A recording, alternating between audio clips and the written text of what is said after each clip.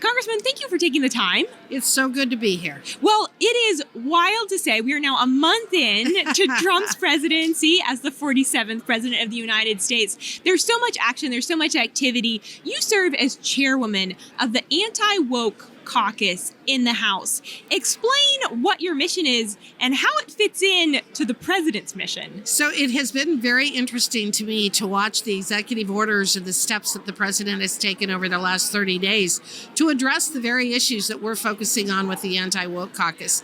And that's really shorthand for saying all of the different social justice type nonsense that we've seen for the last 4 and 8 years, the DEI stuff, the ESG stuff. And the purpose of the anti-woke caucus is to bring people in to talk about ways in which they have infiltrated things like our medical schools. Mm-hmm. We're learning from doctors that we have got a terrible problem with the with our medical schools because they're focusing on things that they shouldn't be focusing on at the expense of the things that they should be. So what we want to do is really kind of highlight and expose how DEI, how these really insidious theories have infiltrated so much of our government so that we can start pulling them out. We saw, we just did the last week, the hundreds of millions of dollars that have been identified in the Department of Education as going to these DEI programs.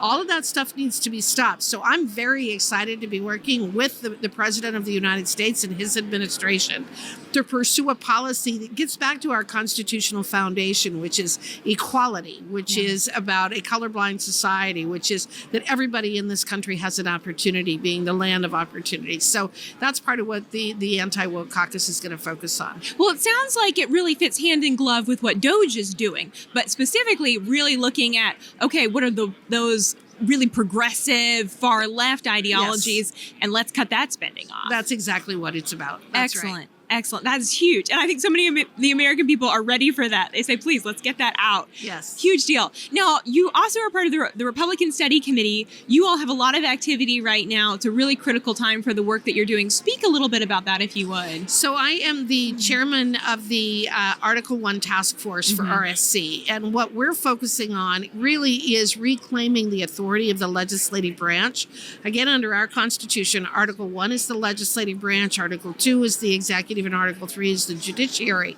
And over the last 60 to 70 years, the executive branch has expanded exponentially and really started taking over much of the legislating that goes on in this country through rulemaking.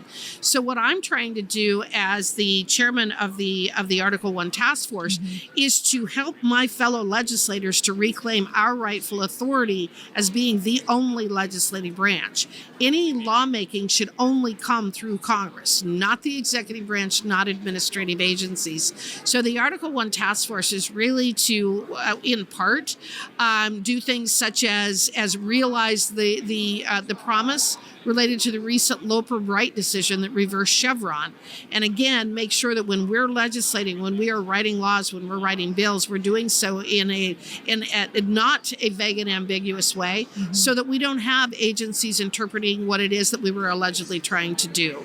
So I'm trying to make us better legislators, better practitioners of the legislative art, so that we actually are the ones that are legislating rather than the executive branch. That is critical. And that's something that I've repeatedly heard, even speaking to individuals here at CPAC, is they say, we love what the president has done with these executive orders, but we're scared that in 4 years, if Congress doesn't act, all this is just going to flip and go right back to how it was. And so that's why both with the anti-woke caucus as well as with the Article 1 Task Force is to actually hardwire good governance back into what Congress does. We have a legislative council, and oftentimes they will even say, well, why don't you leave this a little bit more vague and ambiguous, and we'll let the agencies fill that in.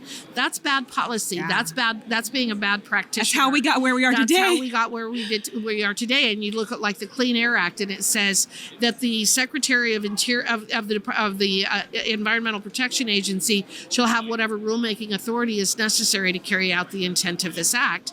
You can drive a Mack truck through that. That is horrible language. That is legislative malpractice. Why aren't we telling the head of the EPA what they need to do to carry out the law? Yeah. So it's those kinds of things. Again, addressing that legislative malpractice, and the president gets this. The president is identifying identifying the problems with these administrative agencies, even though he oversees them. And it's why he is, I think, going to be one of the very best presidents that we ever had, because most presidents will talk about this stuff, but then when they get in office, they say, but I don't want you taking away my power. Yeah. I want my Department of Education or my SEC or my FTC or my ATF or whatever. I want them to have this power. What President Trump is saying is that's unconstitutional. It violates the separation of powers. We need to get back to the brass tacks. We need to shrink government. We need to move a lot of this stuff into the private sector. And we need to get the government out of doing really stupid things. Yeah. Critical.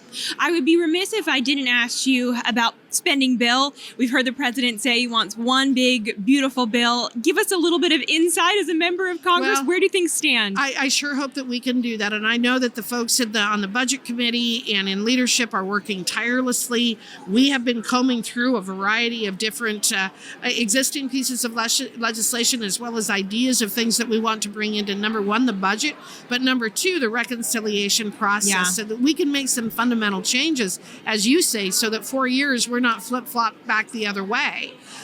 So it is, the budgeting process is moving forward. I believe we will be voting on a budget this week.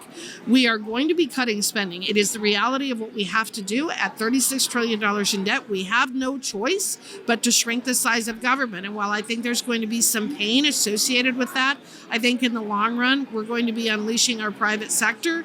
And a lot of the folks who now work for the government may go into the private sector and actually produce things that make all of our lives better. Imagine that, government getting smaller. Yes. That's all Americans hope right now. Congresswoman, thank you for your time. We appreciate it.